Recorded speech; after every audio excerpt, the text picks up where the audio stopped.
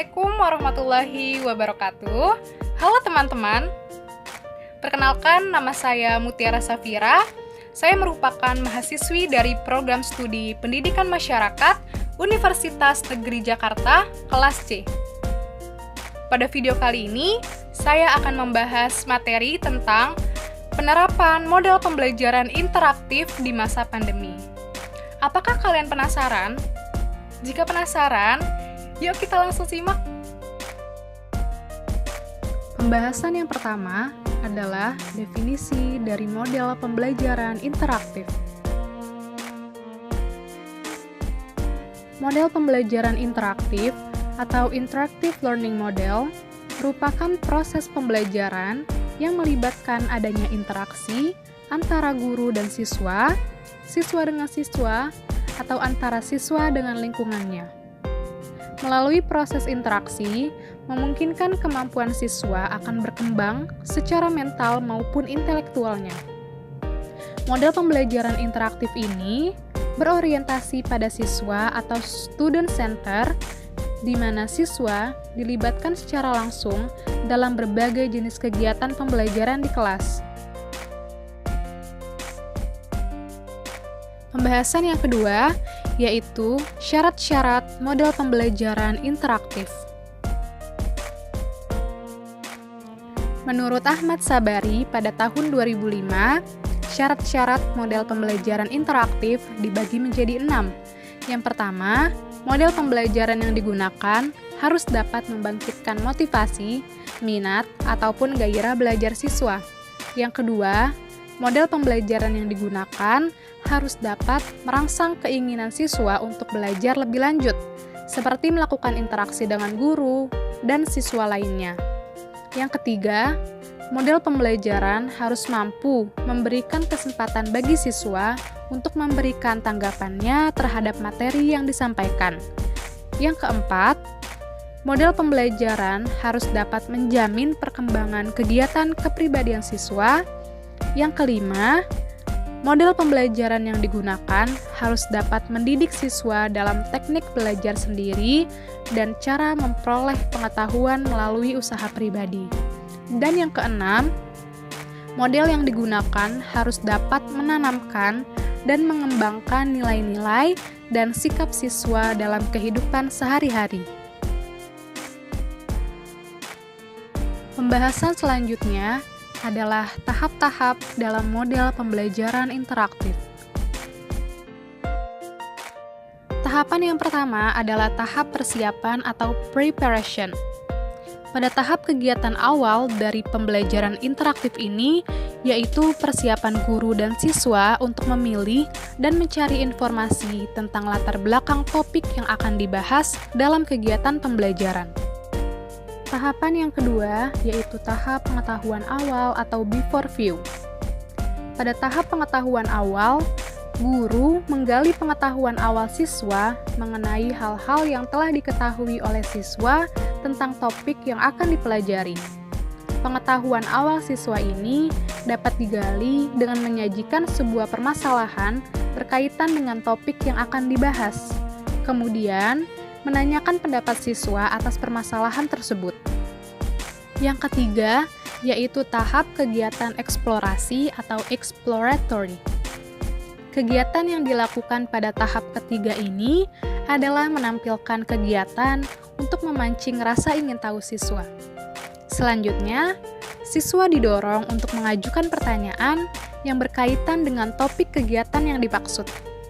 Kegiatan yang dilakukan untuk memunculkan keingintahuan siswa bisa diajukan dalam bentuk pertanyaan, demonstrasi, menampilkan fenomena melalui video atau gambar, dan lain-lain. Kemudian, meminta siswa untuk menceritakan dan menanyakan pendapat mereka mengenai apa yang telah dilihatnya. Yang keempat, yaitu tahap pertanyaan siswa atau children questions. Setelah melakukan kegiatan eksplorasi melalui berbagai kegiatan demonstrasi atau fenomena, pada tahap ini, masing-masing siswa diberikan kesempatan untuk membuat pertanyaan dalam kelompoknya Kemudian, siswa membacakan pertanyaan yang dibuat dalam kelompoknya tersebut. Yang kelima, yaitu tahap penyelidikan atau investigation. Dalam proses penyelidikan, akan terjadi interaksi antara siswa dengan guru, siswa dengan siswa, siswa dengan media, serta siswa dengan alat. Pada tahap ini, siswa diberi kesempatan untuk menemukan konsep melalui pengumpulan, pengorganisasian, dan menganalisis data dalam suatu kegiatan yang telah dirancang oleh guru. Pembahasan selanjutnya adalah contoh model pembelajaran interaktif. Yang pertama ada model pembelajaran jigsaw. Guru akan membagi siswa ke dalam kelompok kecil yang setipe kelompoknya terdiri dari 3 sampai dengan 5 orang. Setiap kelompok akan membahas topik yang sama, namun setiap anggota dalam kelompok tersebut memiliki tugas yang berbeda-beda. Anggota kelompok akan berkumpul dengan anggota dari kelompok lain yang memiliki tugas yang sama dengannya untuk berdiskusi mengenai tugas yang diberikan.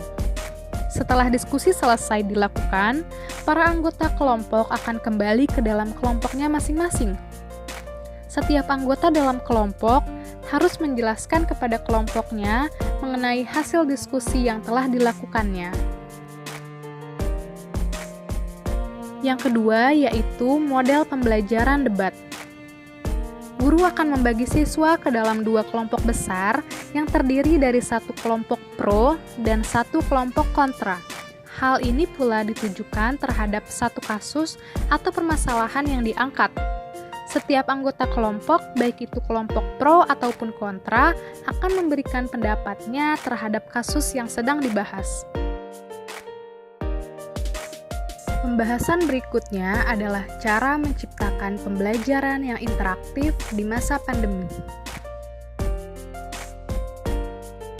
Munculnya wabah COVID-19 di seluruh dunia dan di Indonesia membawa perubahan yang sangat besar di berbagai segi kehidupan, termasuk pendidikan. Keputusan pemerintah untuk menyelenggarakan pembelajaran jarak jauh atau PJJ yang dimaksudkan untuk melindungi siswa serta guru dari penyebaran virus COVID-19 ini membawa berbagai konsekuensi bagi berbagai pihak.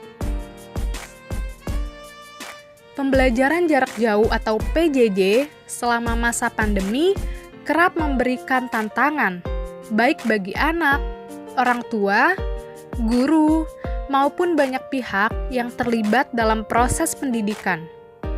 Sebuah survei yang dilakukan oleh UNICEF pada bulan Mei dan Juni 2020 mendapati sebanyak 66% dari 60 juta siswa dari berbagai jenjang pendidikan di 34 provinsi di Indonesia mengaku tidak nyaman belajar di rumah selama pandemi COVID-19.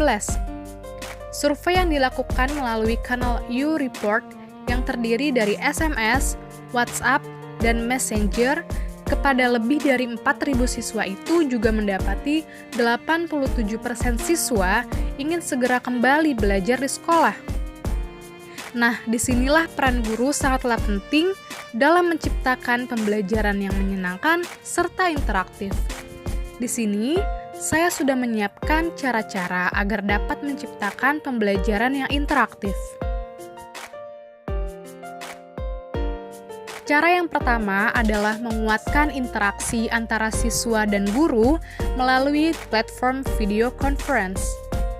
Ketika siswa dan guru terpisahkan oleh jarak, menciptakan hubungan antara keduanya menjadi hal yang semakin penting.